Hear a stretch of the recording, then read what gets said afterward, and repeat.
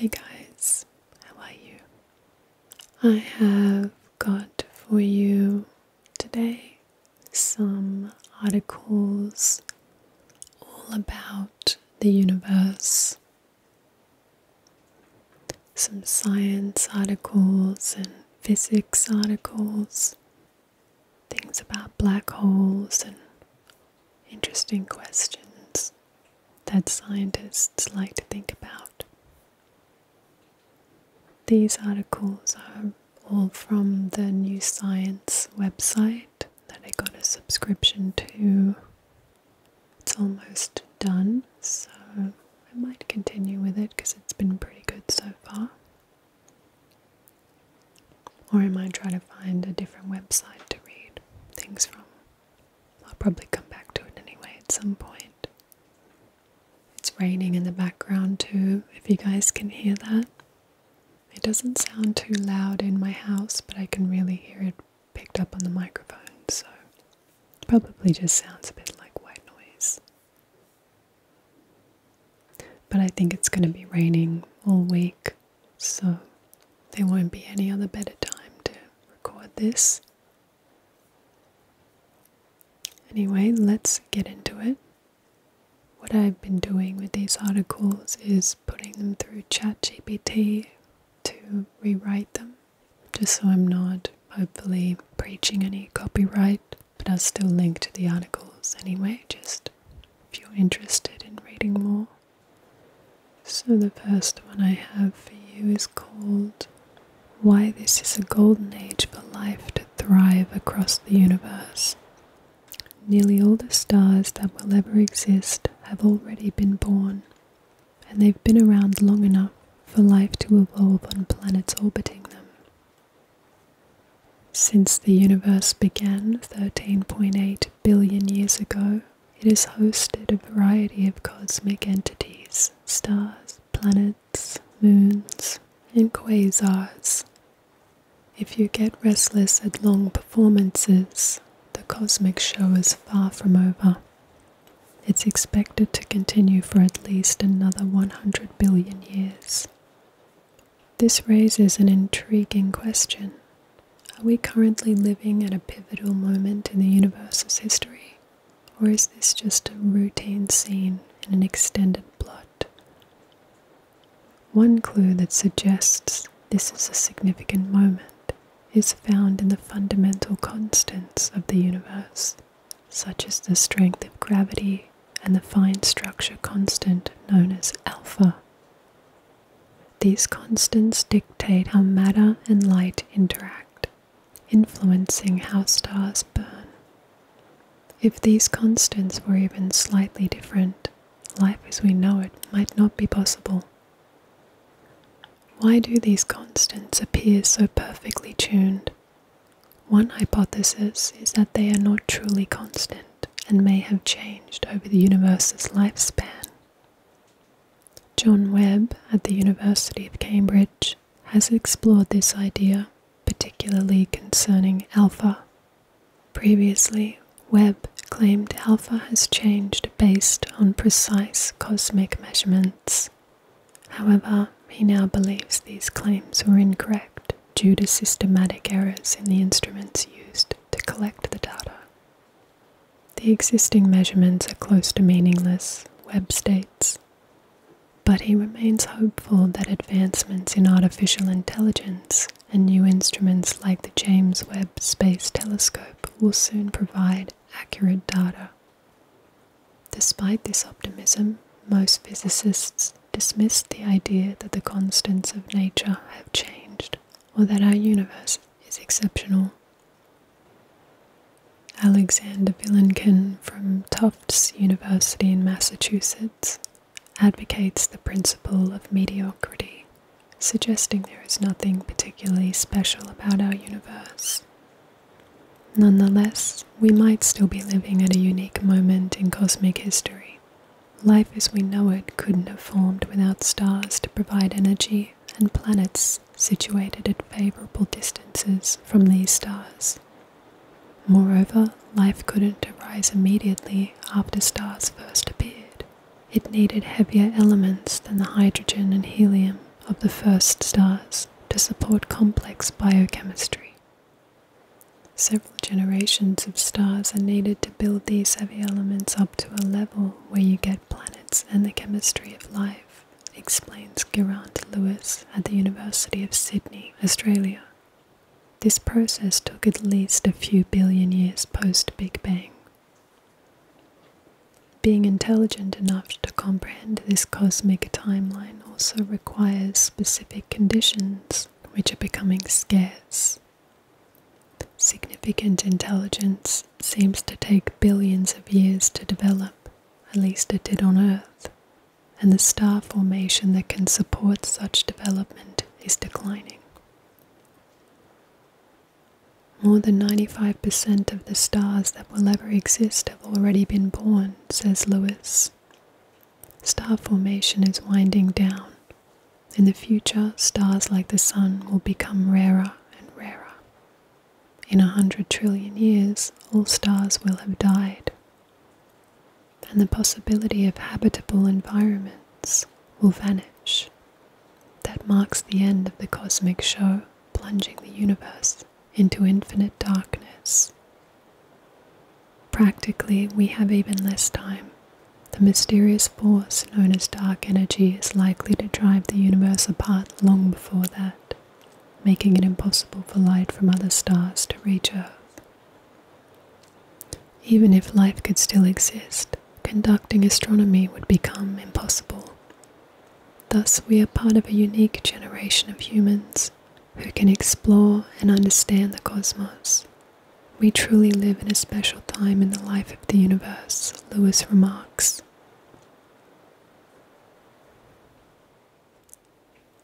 The next one is called Why You Should Feel Comforted, Not Scared by the Vastness of Space.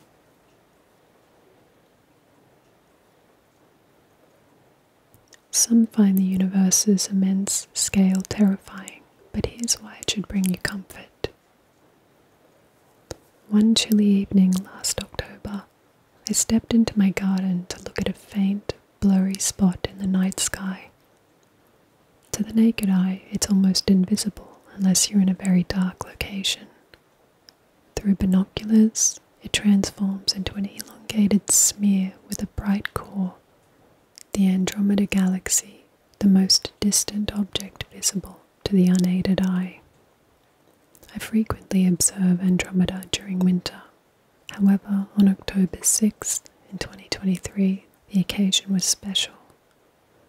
It marked 100 years since Edwin Hubble made the observations that would later reveal Andromeda as a galaxy separate from the Milky Way. As I stood there, I marveled at the light that had traveled 2.5 million light years to reach me. Many people find the universe's vastness overwhelming, feeling tiny and insignificant. However, there are two reasons why this vast scale should not induce fear, but rather offer comfort. First, the immense scale of space provides a refreshing perspective. For me, learning about the universe's enormity has always been a source of solace. When faced with daunting tasks like public speaking, I remind myself of the universe's size, which makes my challenges seem less intimidating. If life feels really overwhelming, I just remind myself, like, I'm just a little speck in the grand scheme of things. My life is really short in the grand scheme of things too, so maybe I shouldn't dwell on anything, no matter how significant it seems at the time. Others share this sentiment. Journalist Oliver Berkman, for instance, describes this mindset as really relaxing. In his book 4,000 Weeks, he introduces the concept of cosmic insignificance therapy, emphasizing that our actions in the grand scheme of things hold little consequence. The second reason comes from philosophical reflections on cosmic insignificance. Philosopher Nick Hughes from the University of Oslo notes that contemplating the universe's vastness highlights our limited control over its grand trajectory. While this realization can initially seem bleak, Hughes argues it's not a reason for despair. Power, he explains, is only valuable as a means to an end. The things we truly value, relationships, justice, knowledge, art, don't require cosmic scale power. Most of what matters to us is within our grasp, Hughes says. Though Hughes admits to feeling anxious about our small place in the universe, he also finds it highlights our existence's fragility and preciousness. This sentiment resonates with me as well. Feeling small in the vast cosmos reminds me to cherish every moment of life. Whenever I need a reminder of this perspective, Andromeda is there to provide it.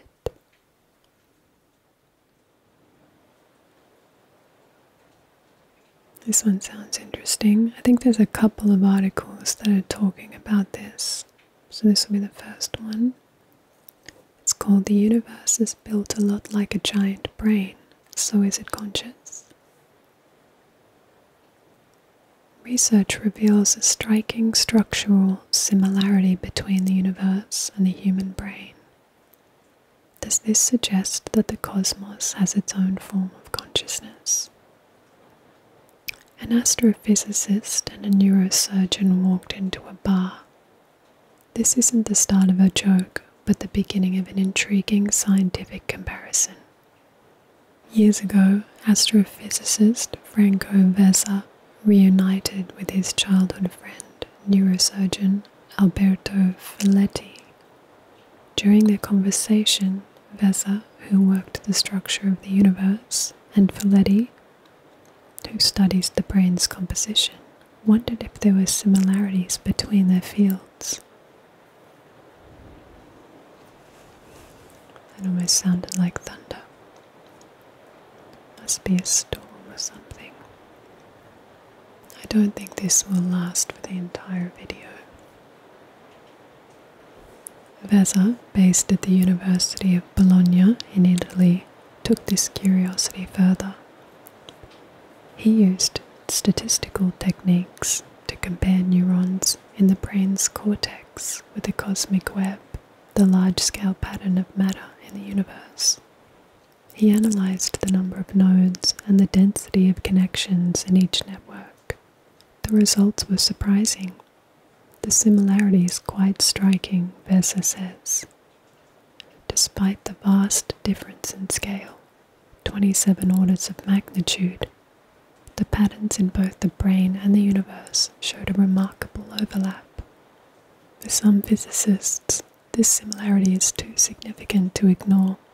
It's even led to suggestions that the universe might think or possess some form of consciousness, a concept rooted in the philosophical idea of panpsychism. Historically, consciousness has been explained in two main ways. Materialists argue that consciousness arises purely from physical matter, while dualists believe in the existence of both physical and conscious substances.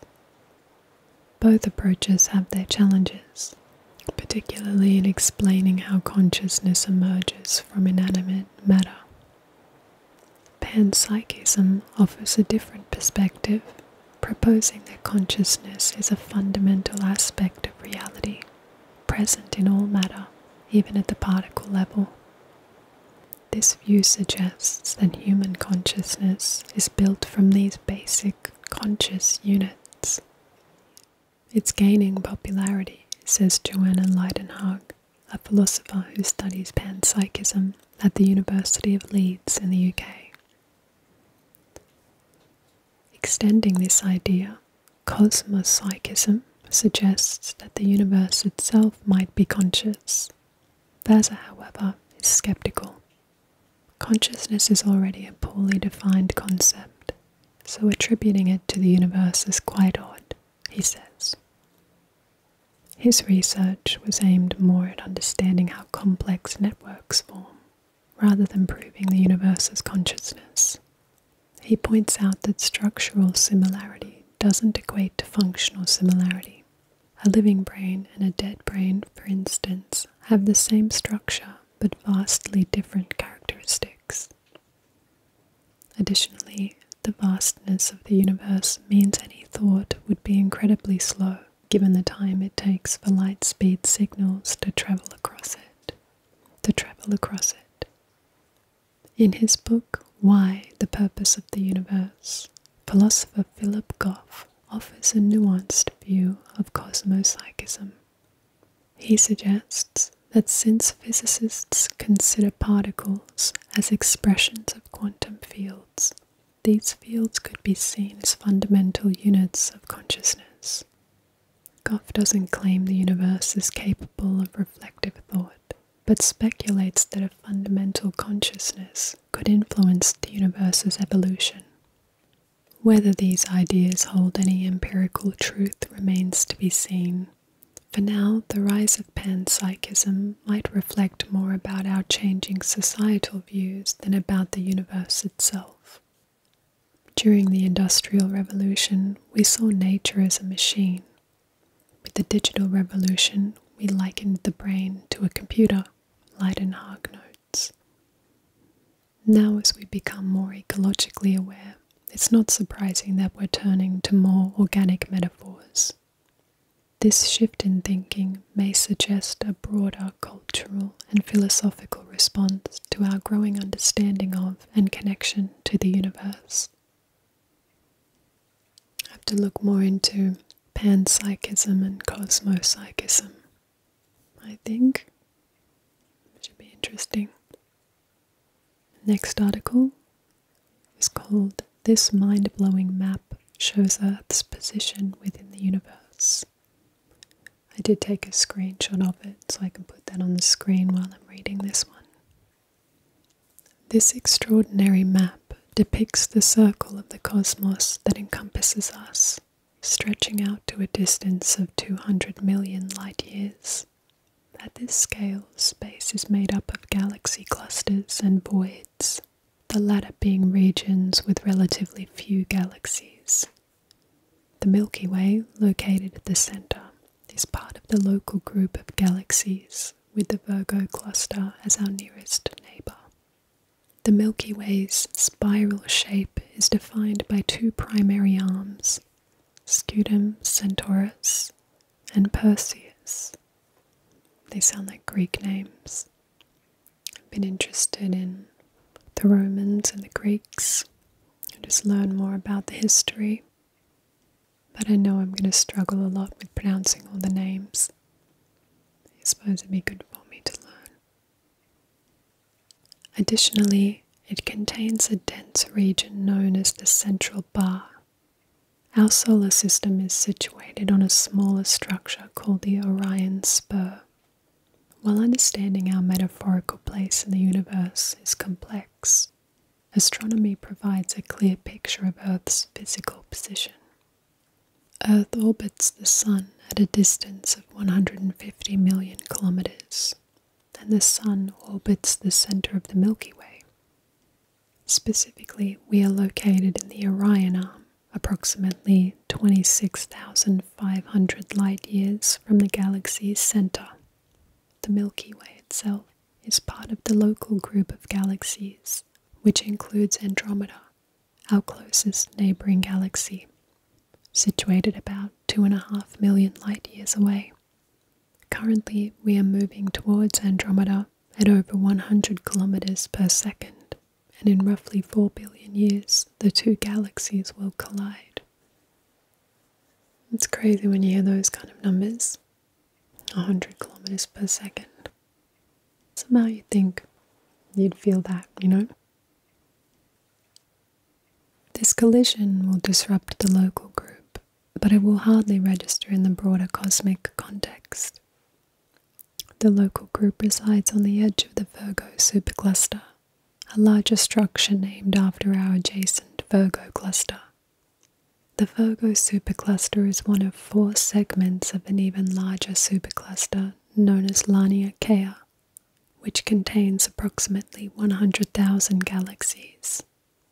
All of this is situated at the center of the observable universe, which may extend far beyond what we can currently see. Despite our ability to chart our place in the universe, there are limitations. we cannot move from our position in the universe to observe it from a different vantage point. Consequently, there are parts of the universe we can never see. For instance, the center of the Milky Way is crowded with stars and dust, obscuring about 20% of the sky, an area referred to as the zone of avoidance, or more accurately, the zone of galactic obscuration. While we can peer through this zone using radio wavelengths, a significant portion of the sky remains hidden, even from the most advanced telescopes. The observable universe contains around 10 million superclusters and at least hundreds of billions of galaxies. While it's impossible to study all of them, we can appreciate the incredible diversity within our own modest corner of the cosmos.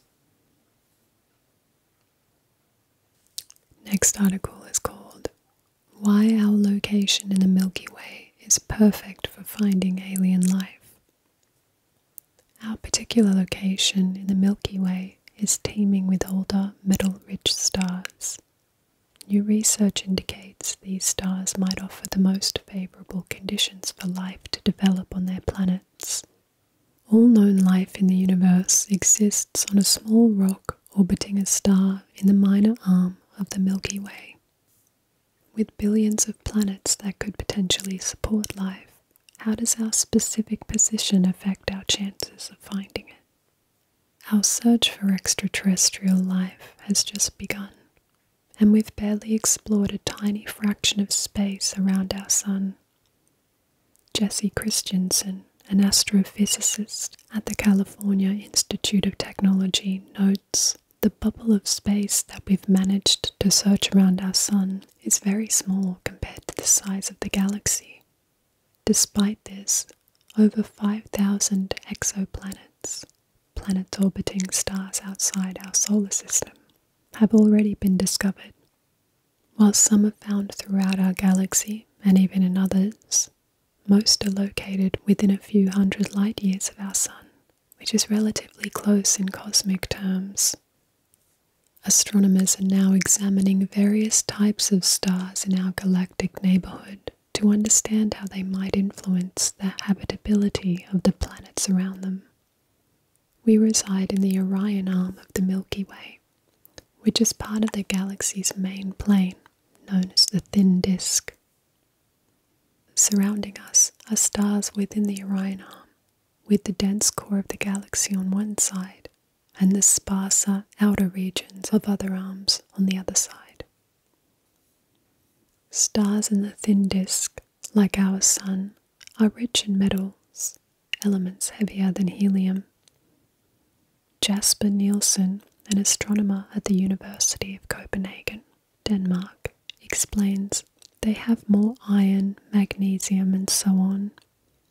In contrast, stars located above and below the plane of our galaxy are part of the thick disk, while those at the galaxy's outermost edge belong to its halo. These stars are typically metal poor, as they were among the first to form in the galaxy, created before supernovae. The explosions of stars that generate heavy elements had enriched the galaxy. This metal richness in our vicinity is promising for the search for life. Nielsen and his team have discovered that planet formation around older, metal-poor stars is challenging due to the lack of material.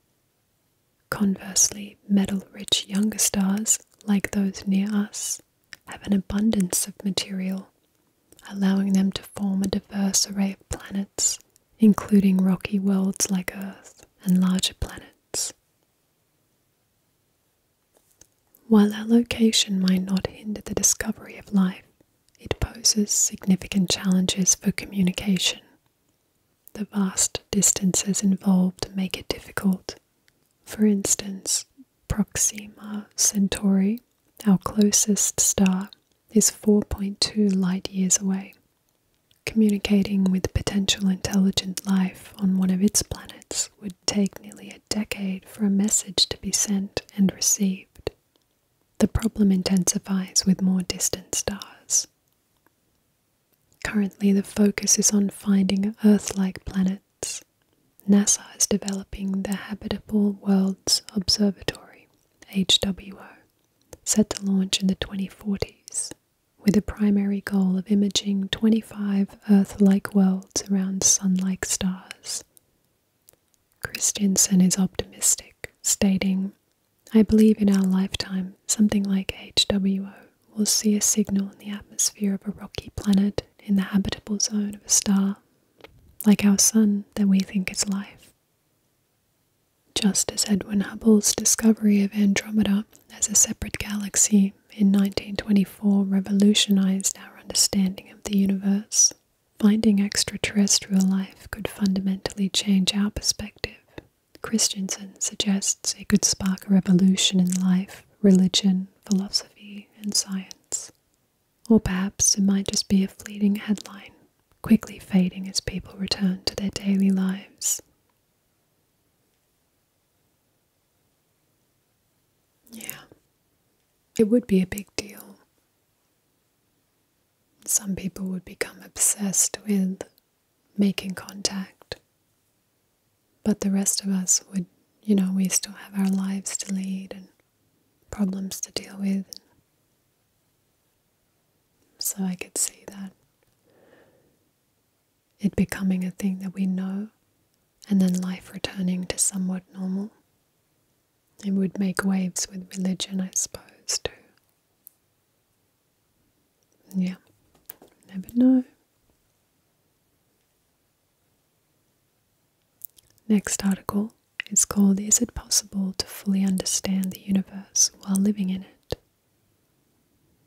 Through scientific inquiry, we aim for an objective understanding of the universe. However, many physicists now believe this goal might be inherently unattainable. Science, despite its imperfections, remains our most reliable path to objective knowledge.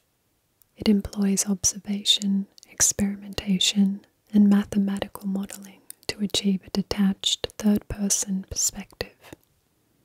This is especially evident in physics, which seeks to explain phenomena on every scale. I just had to move my setup into another room because there was a bit of noise going on in the background. So continuing on, just find my spot. We were at, as Jenan Ismail, a philosopher at Johns Hopkins University, puts it, we take ourselves out of the system to stabilize it as an object that we can think about. This approach began in the 16th century with Galileo Galilei, who demonstrated that the movements of celestial and terrestrial bodies could be described using mathematical laws. This method has undeniably succeeded, enabling physicists to construct a robust framework of ideas and equations that accurately predict reality from the universe's grand evolution to the minutiae of elementary particles. Recently, however, a growing number of physicists have started to question the notion of an objective universe independent of our observation. Marcelo Glaser, a cosmologist at Dartmouth College, warns, "We get so excited about our capacity to abstract and extrapolate that we forget that physical models are not reality."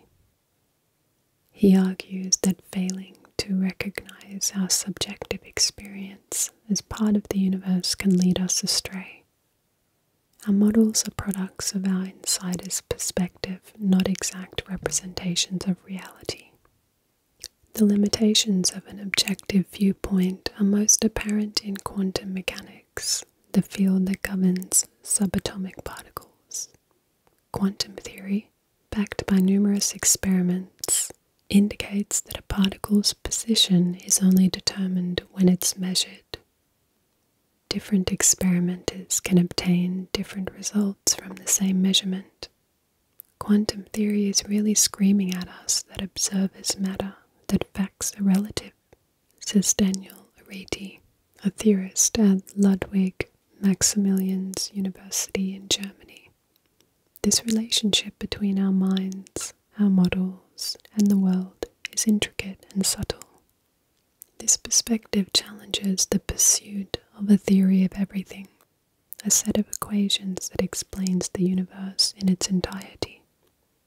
Glaser, along with astrophysicist Adam Frank and philosopher Evan Thompson, explores this idea in their book The Blind Spot.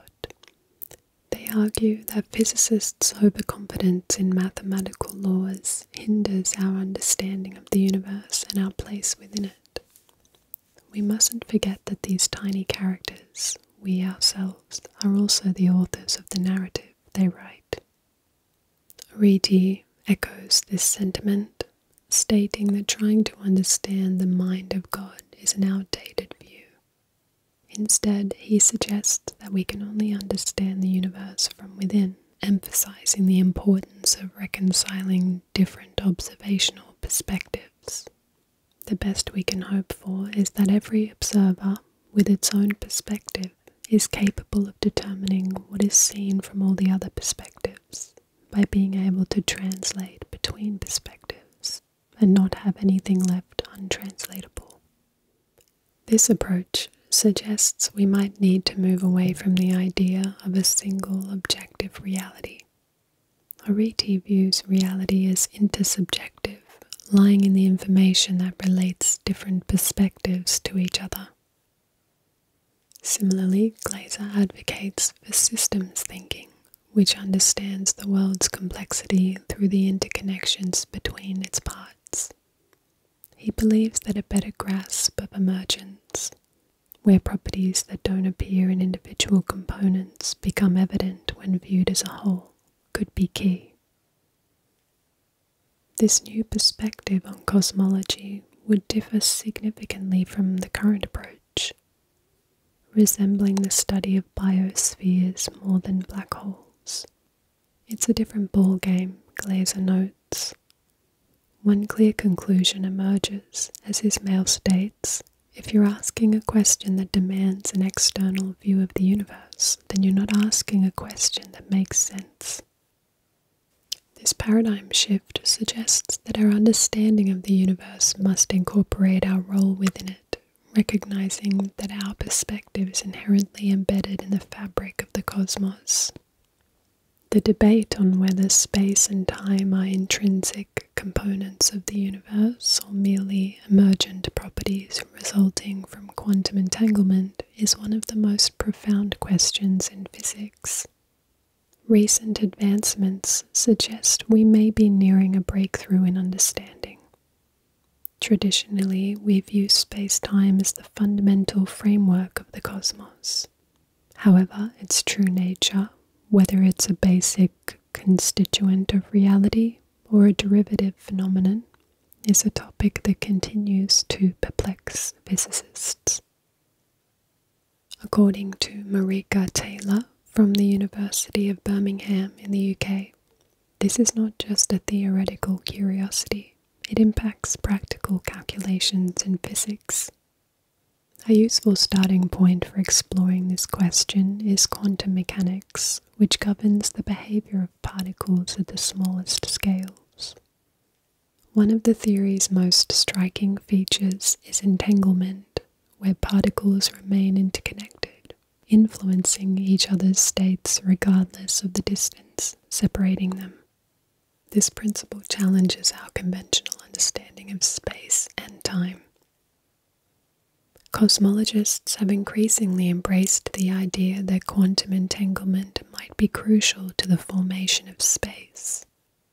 By quantifying the degree of entanglement between particles, it's possible to deduce the distance between them.